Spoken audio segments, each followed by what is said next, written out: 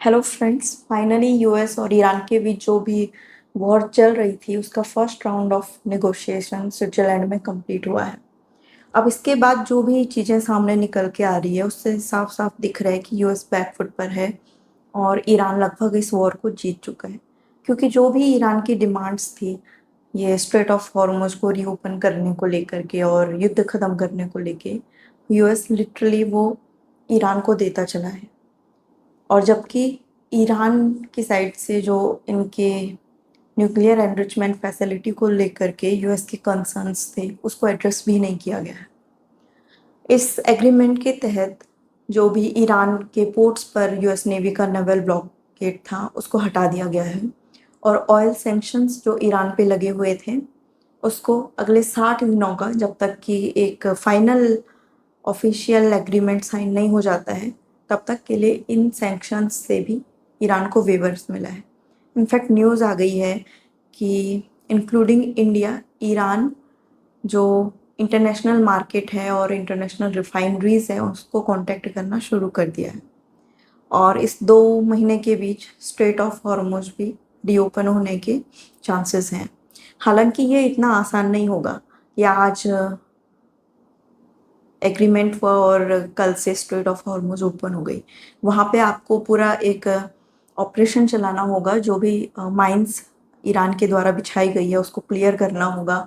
फिर जो भी शिप्स वहाँ पे ऑलरेडी फंसे हुए हैं तो वो ट्रैफिक आपको खोलना होगा। इसमें ही आपका 1.5-2 महीना निकल जाएगा। एनीवे, फिर भी इस न्यूज़ से ही जो ग्लोबल ऑयल प्राइसेस हैं वो नीचे गिरना स्टार्ट हो गए हैं। और इंडिया के लिए, जहाँ हमारी 80% एनर्जी नीड बाहर के सोर्सेज पे डिपेंड करती है और स्पेशली गल्फ़ कंट्रीज़, क्योंकि यहाँ से आने वाला क्रूड ऑयल हमारे लिए थोड़ा सस्ता पड़ता है, जबकि जो रशिया या फिर वेनेजुएला से आने वाला है उस पर ट्रांसपोर्टेशन कॉस्ट ऐड होती है और उसको इवन हमारी कंट्री तक पहुँचने में भी 20-21 दिन लग जाते हैं, जबकि गल्फ़ कंट्रीज से पहुँचने में सिर्फ 5 से 7 दिन का टाइम लगता है। तो इंडिया के लिए फ़िलहाल तो ये अच्छी न्यूज़ है। पर यूएस का जो मेन कंसर्न था कि ईरान न्यूक्लियर वेपन बनाएगा या नहीं बनाएगा और ईरान के एनरिच्ड यूरेनियम का क्या होगा, उस पर कोई भी स्पष्टता सामने निकल के नहीं आई है। तो एक तरफ जेडी वेंस कहते हैं कि जो atomic international atomic energy agency है उसके जो टॉप इंस्पेक्टर्स होंगे वो ईरान की न्यूक्लियर साइट्स को इंस्पेक्ट करेंगे कि क्या सच में न्यूक्लियर वेपन बनाने की प्रोसेस कहाँ तक पहुँची है और एनरिच्ड यूरेनियम कितना है। वहीं जैसे ही ये एग्रीमेंट ख़त्म होता है और ईरान के जो निगोशिएटर्स हैं वो मीडिया से इंटरेक्ट करते हैं तो वो साफ साफ इस क्लेम को नकार देते हैं और वो स्ट्रिक्टली कहते हैं कि हम अपनी कंट्री में कोई बाहर के इंस्पेक्टर्स को अलाउड नहीं करेंगे।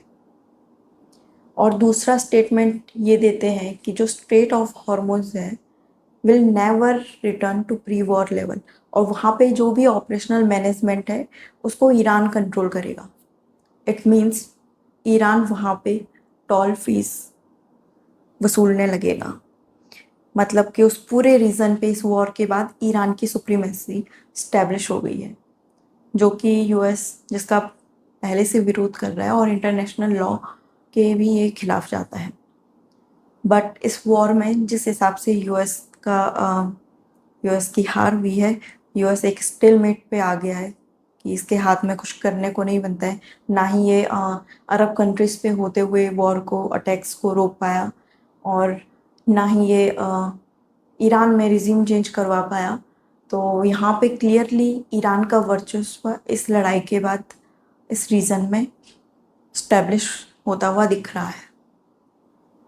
अच्छा, इस वॉर के चलते हुए आपको एक बात याद होगी कि 28 फ़रवरी को जब ये वॉर स्टार्ट हुआ था तो जनवरी में और फरवरी में ईरान की जो इंटरनल पॉलिटिक्स थे, जो वहाँ की आम जनता थे, वो सड़कों पर आ गई थी और एक सिविल वॉर होने की संभावना वहाँ पे दिख रही थी। इन्फ्लेशन को लेकर के और इकोनॉमिक कंडीशन को लेकर के प्रोटेस्ट अपने हाई पर थे। पर आज लगभग 4 महीने इस वॉर को होने वाले हैं पर कोई भी प्रोटेस्ट और कोई भी internal domestic civil war type की कोई भी चीज़ वहाँ पे अब नज़र नहीं आ रही है। पॉलिटिकली वो कंट्री एक स्टेबल पोजीशन पे है। और जहाँ हम यूएस को देखते हैं, वहाँ पे पूरा यूएस इंक्लूडिंग वहाँ की जनता है, वो ट्रम्प एडमिनिस्ट्रेशन के पीछे पड़ी है। वो चाहती है कि जल्दी से जल्दी ये वॉर रुका जाए और स्ट्रेट ऑफ हॉर्मुज़ ओपन हो जाए। तो इस वॉर को लेकर के जो पॉलिटिकल प्रेशर है, वो ईरान पे कोई पॉलिटिकल प्रेशर नहीं है। मतलब वो इस वॉर को चाहे तो लंबा भी खींच सकता है। और जहाँ हम देखते हैं ट्रम्प एडमिनिस्ट्रेशन जिसके ऊपर कॉन्टिन्यूसली ये प्रेशर बना हुआ है और इनमें एक अलग प्रकार की डेस्परेशन है कि वो जल्दी से जल्दी इस वॉर को ख़त्म करें, क्योंकि मिड टर्म इलेक्शंस भी इन्होंने नवंबर में देखने हैं। तो यहाँ पर यूएस ईरान की किसी भी शर्त को मानने के लिए तैयार है।